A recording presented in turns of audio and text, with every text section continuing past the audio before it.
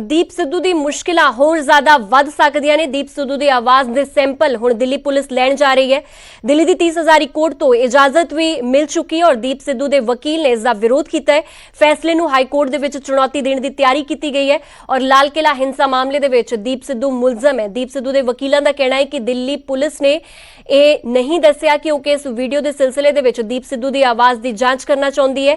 ਸਿੱਧੂ ਦੇ ਵਕੀਲ ਨੂੰ ਖਦਸ਼ਾ ਹੈ ਕਿ ਪੁਲਿਸ ਵੌਇਸ ਸੈਂਪਲ ਦੀ ਦੁਰਵਰਤੋਂ ਕਰ ਸਕਦੀ ਹੈ ਔਰ ਦੀਪ ਸਿੱਧੂ ਨੂੰ ਕਿਸੇ ਦੂਜੇ ਮਾਮਲੇ ਦੇ ਵਿੱਚ ਵੀ ਫਸਾਇਆ ਜਾ ਸਕਦਾ ਹੈ। ਫਿਲਹਾਲ ਦੀਪ ਸਿੱਧੂ ਤਿਹਾੜ ਜੇਲ੍ਹ ਦੇ ਵਿੱਚ ਬੰਦ ਹੈ ਤੇ ਆਉਣ ਵਾਲੇ ਦਿਨਾਂ ਦੇ ਵਿੱਚ ਦੀਪ ਸਿੱਧੂ ਦੀਆਂ ਮੁਸ਼ਕਿਲਾਂ ਹੋਰ ਜ਼ਿਆਦਾ ਵੱਧ ਸਕਦੀਆਂ ਹੈ क्योंकि दीप सिद्धू वॉइस सैंपलिंग करने की इस वेले योजना काढ़ रही है। फिलहाल इस पूरी खबर से वधेरी गलबात करने वास्ते साडे सहयोगी शंकर आनंद साडे नाल दिल्ली तो जुड़ चुके हैं। शंकर, क्या कुछ जानकारी है आपके पास? दिल्ली पुलिस की तरफ से अब वॉइस सैंपलिंग की जाएगी दीप सिद्धू की और दीप सिद्धू के जो वकील है उनकी तरफ से भी अब डाउट ये जताया जा रहा है कि हो सकता है कि दीप सिद्धू को किसी और मामले में फंसाया जाए। क्या लगता है कि दीप सिद्धू की अब दिक्कतें और बढ़ सकती हैं? देखिए, किसी भी आरोपी को जब गिरफ्तार किया जाता है और जहां पर वीडियो या ऑडियो से संबंधित उसकी बातचीत कहीं पे लीक होती है या वो प्रचार प्रसार होता है, तो उसको जांचने और परखने के लिए जो वॉइस सैंपल जो है वो लेना होता है।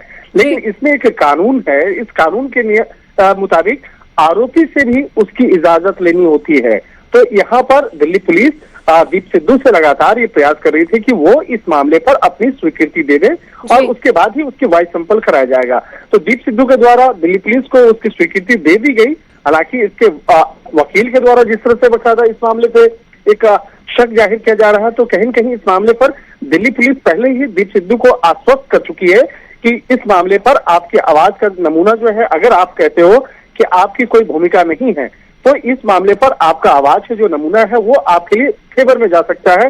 तो कहीं न कहीं इस मामले पर एक कोशिश की जा रही है कि जो कोर्ट में तमाम जो सुनवाई हो, तमाम जो दलीलें जो दी जाती है उसके पहले ये टेस्ट काफी महत्वपूर्ण है और इस मामले पर जो अनुमति है वो मिल चुकी है। अब इस मामले पर लैब में बकायदा दीप सिद्धू का टेस्ट करवाया जाएगा, उसके वॉइस सैंपल लिए जाएंगे और जिस तरह से फेसबुक पर लगातार वो लाइव करता था, जिस तरह से ऑडियो के मैसेज वो वायरल करता था दीप सिद्धू, वो 26 जनवरी के वक्त में और उसके पहले, तो वो तमाम ऑडियो क्लिप से बकायदा वो मिलान किया जाएगा क्या वो दीप सिद्धू का ही आवाज था।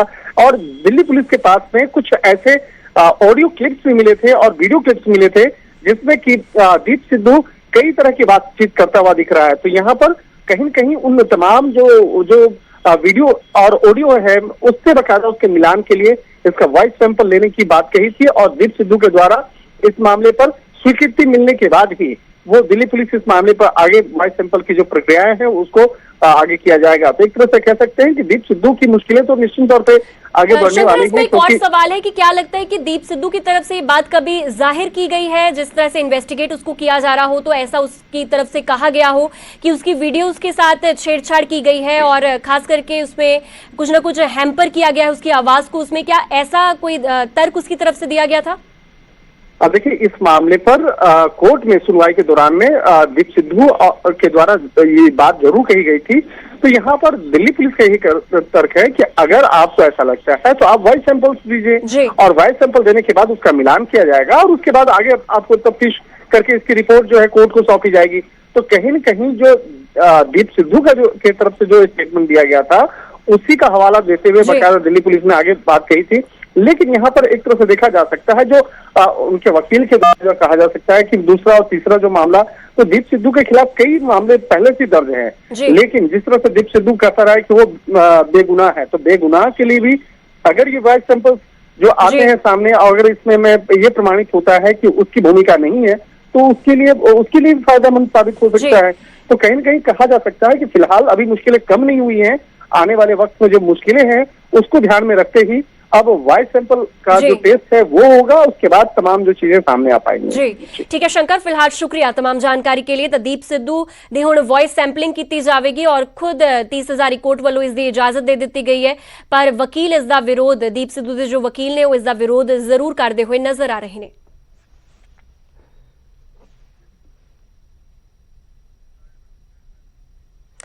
ਇਸ ਵੇਲੇ ਦੀ ਵੱਡੀ ਖਬਰ ਆ ਰਹੀ ਹੈ, ਉਹ ਉਸ ਦਾ ਰੁਖ ਕਰਦੇ ਅਕਾਲੀ ਨੇਤਾ ਦੀ ਕਾਂਸਟੇਬਲ ਦੀ ਲਾਈਨ ਹਾਜ਼ਰ ਕੀਤੀ ਗਈ ਹੈ। ਹੈਰੋਇਨ ਦੇ ਨਾਲ ਇਸ ਅਕਾਲੀ ਨੇਤਾ ਨੂੰ ਗ੍ਰਿਫਤਾਰ ਕੀਤਾ ਗਿਆ ਸੀ। ਤਰਨਤਾਰਨ ਤੋਂ ਜਸਵਿੰਦਰ ਕੌਰ ਦੀ ਗ੍ਰਿਫਤਾਰੀ ਹੋਈ ਸੀ ਔਰ ਮਹਿਲਾ ਦੀ ਧੀ ਪੰਜਾਬ ਪੁਲਿਸ ਦੇ ਵਿੱਚ ਕਾਂਸਟੇਬਲ ਹੈ, ਜਿਸ ਨੂੰ ਲਾਈਨ ਹਾਜ਼ਰ ਕੀਤਾ ਗਿਆ ਤੇ ਮਾਂ ਦੀ ਗ੍ਰਿਫਤਾਰੀ ਤੋਂ ਬਾਅਦ ਇਸ ਧੀ ਨੂੰ ਲਾਈਨ ਹਾਜ਼ਰ ਕੀਤਾ ਗਿਆ ਹੈ ਔਰ तमाम ਇਨਵੈਸਟੀਗੇਸ਼ਨਸ ਫਿਲਹਾਲ ਜਾਰੀ ਨੇ। ਤਾਂ ਤਰਨਤਾਰਨ ਦੇ ਵਿੱਚ ਇਸ ਅਕਾਲੀ ਨੇਤਾ ਜਸਵਿੰਦਰ ਕੌਰ ਦੀ ਗ੍ਰਿਫਤਾਰੀ ਹੋਈ ਸੀ ਔਰ ਇਸ ਨੂੰ ਹੈਰੋਇਨ ਦੇ ਨਾਲ ਗ੍ਰਿਫਤਾਰ ਕੀਤਾ ਗਿਆ ਸੀ। ਇਸ ਦੇ ਘਰ ਛਾਪੇਮਾਰੀ ਹੋਈ ਸੀ, ਜਿਸ ਤੋਂ ਬਾਅਦ ਇਸ ਦੇ ਘਰੋਂ ਹੀ ਹੈਰੋਇਨ ਬਰਾਮਦ ਹੋਈ ਸੀ ਔਰ ਉਸ ਤੋਂ ਬਾਅਦ ਜਸਵਿੰਦਰ ਕੌਰ ਨੂੰ ਗ੍ਰਿਫਤਾਰ ਕਰ ਲਿਆ ਗਿਆ।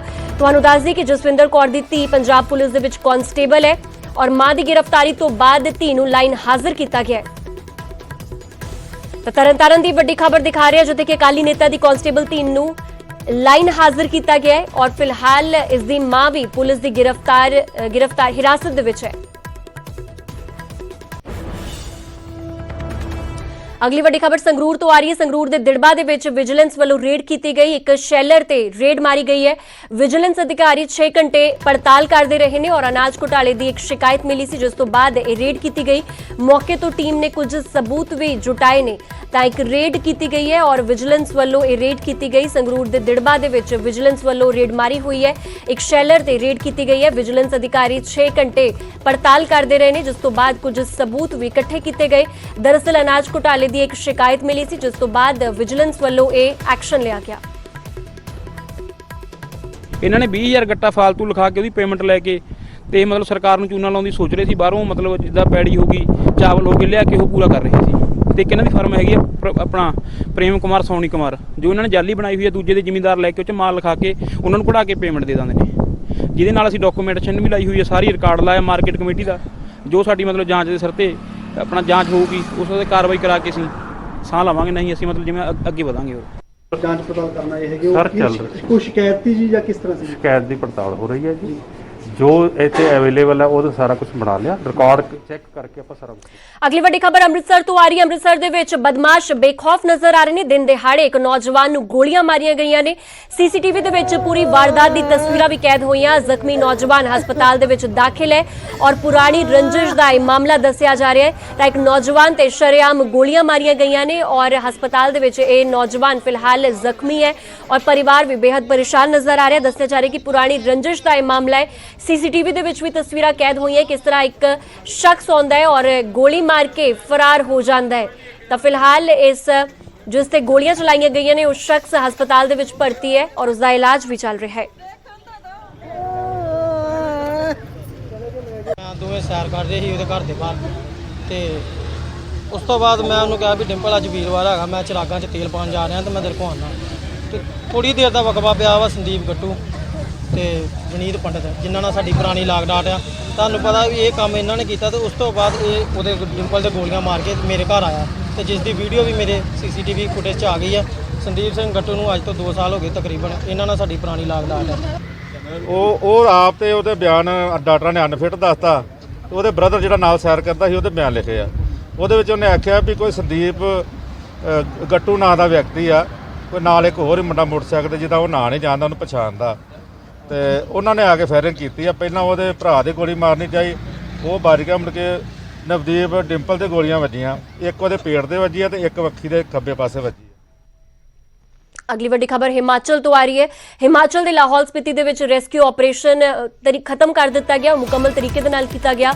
ਬਾਰਾਲਾਚਾ ਤੋਂ ਯਾਤਰੀਆਂ ਨੂੰ ਸੁਰੱਖਿਅਤ ਬਾਹਰ ਕੱਢਿਆ ਗਿਆ ਹੈ ਔਰ ਭਾਰੀ ਠੰਡ ਦੇ ਵਿੱਚ ਇਹਨਾਂ ਦਾ ਹੌਸਲਾ ਘੱਟ ਨਹੀਂ ਹੋਇਆ। BRO ਦੀ ਟੀਮ ਨੇ 244 ਲੋਕਾਂ ਨੂੰ ਸੁਰੱਖਿਅਤ ਕੱਢਿਆ। ਬਾਰਾਲਾਚਾ ਦੇ ਵਿੱਚ ਕਰੀਬ 35 ਘੰਟੇ ਇਹ ਰੈਸਕਿਊ ਆਪਰੇਸ਼ਨ ਚੱਲਿਆ। ਬਰਫ਼ਬਾਰੀ ਦੇ ਚੱਲਦਿਆਂ ਰਾਹ ਦੇ ਵਿੱਚ ਇਹ ਸੈਲਾਨੀ ਫਸ ਗਏ ਸੀ ਤਾਂ BRO ਦੀ ਟੀਮ ਵੱਲੋਂ 244 ਲੋਕਾਂ ਨੂੰ ਸੁਰੱਖਿਅਤ ਬਾਹਰ ਕੱਢਿਆ ਗਿਆ ਔਰ ਇੰਨੀ ਕੜਾਕੇ ਦੀ ਠੰਡ ਦੇ ਵਿੱਚ ਵੀ ਇਹਨਾਂ ਦਾ ਹੌਸਲਾ ਘੱਟ ਨਹੀਂ ਹੋਇਆ। 35 ਘੰਟੇ ਤੱਕ ਇਹ ਪੂਰਾ ਰੈਸਕਿਊ ਆਪਰੇਸ਼ਨ ਚੱਲਿਆ, ਜਿਸ ਤੋਂ ਬਾਅਦ ਇਹਨਾਂ ਨੂੰ ਸੇਫਲੀ ਬਾਹਰ ਕੱਢ ਲਿਆ ਗਿਆ ਔਰ ਹਿਮਾਚਲ ਦੇ ਲਾਹੌਲ ਸਪੀਤੀ ਦੇ ਵਿੱਚ ਰੈਸਕਿਊ ਆਪਰੇਸ਼ਨ ਹੁਣ ਖਤਮ ਹੋ ਚੁੱਕਿਆ ਹੈ।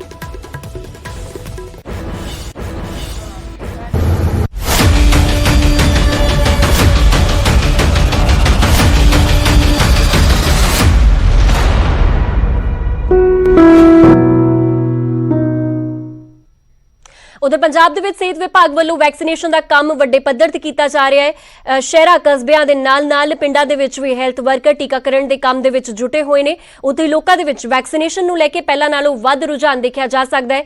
ਮੁਕਤਸਰ ਦੇ ਵਿੱਚ ਵੀ ਵੈਕਸੀਨ ਲਗਵਾਉਣ ਦਾ ਕੰਮ ਲਗਾਤਾਰ ਕੀਤਾ ਜਾ ਰਿਹਾ ਹੈ। ਇਹ ਰਿਪੋਰਟ ਦੇਖੋ।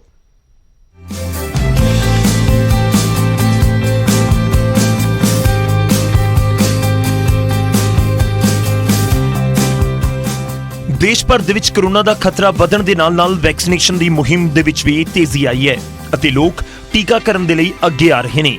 ਸਰਕਾਰ ਦੇ ਹੁਕਮਾਂ ਤੇ ਸਿਹਤ ਵਿਭਾਗ ਵੈਕਸੀਨੇਸ਼ਨ ਦੇ ਕੰਮ ਦੇ ਵਿੱਚ ਲਗਾਤਾਰ ਜੁਟਿਆ ਹੋਇਆ ਹੈ। ਮੁਕਤਸਰ ਸਾਹਿਬ ਦੇ ਵਿੱਚ ਕੋਵਿਡ-19 ਨੂੰ ਲੈ ਕੇ ਜਾਗਰੂਕਤਾ ਮੁਹਿੰਮ ਜਾਰੀ ਹੈ। ਨਾਲ ਹੀ ਕੋਰੋਨਾ ਟੀਕਾਕਰਨ ਦੇ ਲਈ ਸ਼ਹਿਰਾਂ ਅਤੇ ਪਿੰਡਾਂ ਦੇ ਵਿੱਚ ਕੈਂਪ ਵੀ ਲਗਾਏ ਜਾ ਰਹੇ ਨੇ। ਇਸੇ ਲੜੀ ਦੇ ਤਹਿਤ ਮੁਕਤਸਰ ਦੇ ਸੰਤ ਨਿਰੰਕਾਰੀ ਭਵਨ ਦੇ ਵਿੱਚ ਟੀਕਾਕਰਨ ਕੀਤਾ ਗਿਆ, ਜਿਸ 'ਚ ਭਵਨ ਦੇ ਸੇਵਾਦਾਰਾਂ ਅਤੇ ਆਮ ਲੋਕਾਂ ਨੇ ਹਿੱਸਾ ਲਿਆ। ਸਾਰੇ ਹੀ ਆਪਣੇ ਇਲਾਕਾ ਨਿਵਾਸੀਆਂ ਨੂੰ ਅਪੀਲ ਕਰਦੀ ਹਾਂ ਕਿ ਜਿਹੜੇ ਕੋਰੋਨਾ ਮਹਾਮਾਰੀ ਤੋਂ ਬਚਣ ਦਾ ਇੱਕੋ ਹੀ ਰਸਤਾ ਹੈਗਾ, ਸਿਰਫ ਤੇ ਸਿਰਫ ਵੈਕਸੀਨੇਸ਼ਨ, ਟੀਕਾਕਰਨ। ਆਹ ਟੀਕਾਕਰਨ ਬਹੁਤ ਹੀ ਸੇਫ ਹੈਗਾ, ਇਹਦੇ ਕੋਈ ਵੀ ਸਾਈਡ ਇਫੈਕਟ ਹੈ ਨਹੀਂ। ਹੁਣ ਤੱਕ 10 ਕਰੋੜ ਆਪਣੇ ਇੰਡੀਆ ਦੇ ਵਿੱਚ ਬੰਦਿਆਂ ਨੂੰ ਲੱਗ ਚੁੱਕੀ ਹੈਗੀ ਔਰ ਇੱਕ ਵੀ ਕੇਸ ਐਜਾ ਨਹੀਂ ਆਇਆ ਜਿਹਦਾ ਕੋਈ ਸਾਈਡ ਇਫੈਕਟ ਹੁੰਦਾ ਹੋਵੇ। ਤੇ ਮੈਂ ਫਿਰ ਦੁਬਾਰਾ ਅਪੀਲ ਕਰਦੀ ਹਾਂ ਕਿ ਇਸ ਇੰਜੈਕਸ਼ਨ ਨੂੰ ਜ਼ਰੂਰ ਲਵਾਇਆ ਜਾਵੇ, ਕਿਉਂਕਿ ਸਿਰਫ ਆਪਾਂ ਇਹਦੇ ਦੁਆਰਾ ਹੀ ਆਪਾਂ ਇਸ ਮਹਾਮਾਰੀ ਤੇ ਕੰਟਰੋਲ ਕਰ ਸਕਦੇ ਹਾਂ, ਇਹਨੂੰ ਬਚਾ ਸਕਦੇ ਹਾਂ। ਜਾਗਰੂਕਤਾ ਮੁਹਿੰਮ ਦਾ ਅਸਰ ਲੋਕਾਂ ਤੇ ਦੇਖਣ ਨੂੰ ਮਿਲਿਆ ਅਤੇ ਵੈਕਸੀਨ ਲਗਵਾਉਣ ਦੇ ਲਈ ਪਹਿਲਾਂ ਦੇ ਨਾਲੋਂ ਵੱਧ ਰੁਝਾਨ ਵੀ ਨਜ਼ਰ ਆ ਰਿਹਾ ਹੈ। ਇਹ ਸੰਦੇਸ਼ ਹੈ ਕਿ ਭਲਾਈ ਲਈ ਕੋਈ ਕੰਮ ਜਿਹੜਾ ਕੀਤਾ ਜਾਏ ਉਹ ਅੱਛਾ ਹੈ, ਕਿਉਂਕਿ ਇਹ ਗੁਰੂ ਜੀ ਦੀ ਸਿੱਖਿਆ ਹੈ ਕਿ ਇਨਸਾਨ ਨਾਲ ਪਿਆਰ ਬਣਿਆ ਰਹੇ, ਇਨਸਾਨ ਦੀ ਜ਼ਿੰਦਗੀ ਸੇਫ ਰਹੇ। ਇਸ ਲਈ ਇਹ ਸਾਰਾ ਉਪਰਾਲਾ ਸਰਕਾਰ ਦਾ ਸਹਿਯੋਗ ਕੀਤਾ ਗਿਆ। ਤਹਿ ਦਿਲ ਤੋਂ ਸ਼ੁਕਰੀਆ ਅਦਾ ਕਰਦੇ ਹਾਂ ਕਿ ਸਰਕਾਰ ਨੇ ਇਸ ਤਰੀਕੇ ਨਾਲ ਲੋਕਾਂ ਦੀ ਹੈਲਪ।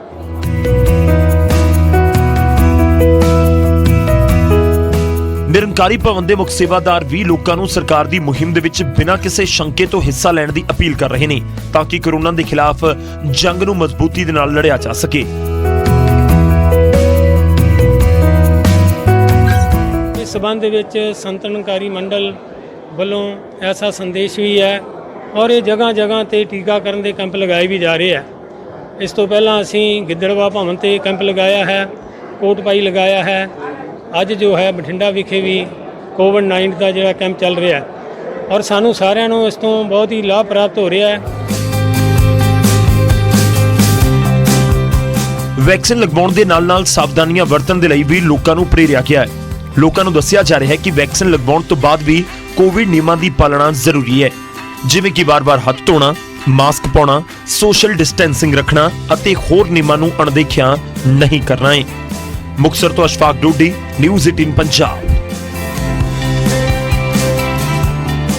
ਉਧਰ ਕੋਵਿਡ-19 ਮਹਾਮਾਰੀ ਨੇ ਆਪਸੀ ਨਿਰਭਰਤਾ ਦੀ ਭਾਵਨਾ ਨੂੰ ਮਜ਼ਬੂਤ ਕੀਤਾ ਹੈ, ਜਿਸ ਦੇ ਨਾਲ ਪੂਰਾ ਦੇਸ਼ ਇਸ ਮੁਸੀਬਤ ਦਾ ਇਕਜੁੱਟ ਹੋ ਕੇ ਮੁਕਾਬਲਾ ਕਰ ਸਕੇ। ਵੈਕਸੀਨੇਸ਼ਨ ਦੇ ਐਲਾਨ ਤੋਂ ਬਾਅਦ ਜ਼ਰੂਰਤ ਹੋਵੇਗੀ ਕਿ ਅਸੀਂ ਆਪਣਾ ਮੂਰੀ ਯੋਗਦਾਨ ਦਈਏ, ਜਿਸ ਦੇ ਨਾਲ ਅਸੀਂ ਇੱਕੋ ਸਮੇਂ ਵਾਇਰਸ ਨੂੰ ਹਰਾਉਣ ਵੱਲ ਕਦਮ ਵਧਾ ਸਕੀਏ ਅਤੇ ਨੈਟਵਰਕ 18 ਇਸ ਮੁਹਿੰਮ ਦੇ ਵਿੱਚ ਹਰ ਕਦਮ ਤੇ ਤੁਹਾਡੇ ਨਾਲ ਹੋਵੇਗਾ। ਜਦ ਤੱਕ ਸਾਰੇ ਸੁਰੱਖਿਅਤ ਨਹੀਂ ਹੁੰਦੇ, ਉਦ ਤੱਕ ਕੋਈ ਸੁਰੱਖਿਅਤ ਨਹੀਂ ਹੋਵੇਗਾ।